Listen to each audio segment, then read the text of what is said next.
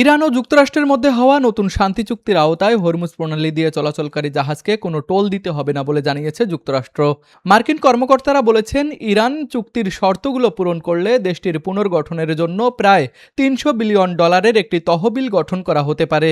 তবে ইরান প্রতিশ্রুতি বাস্তবায়ন না করা পর্যন্ত এই অর্থ ছাড় করা হবে না।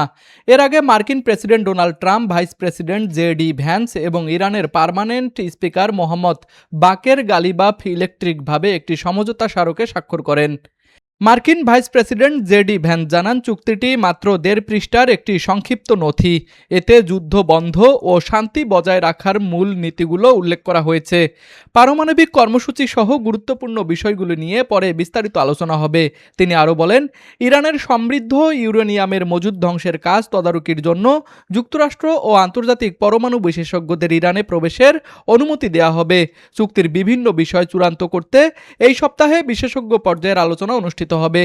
এরপর সুইজারল্যান্ডের জেনেভায় আনুষ্ঠানিকভাবে চুক্তি স্বাক্ষর হওয়ার কথা রয়েছে। তুষার আচার্য, আন্তর্জাতিক ডেস্ক, RCTV।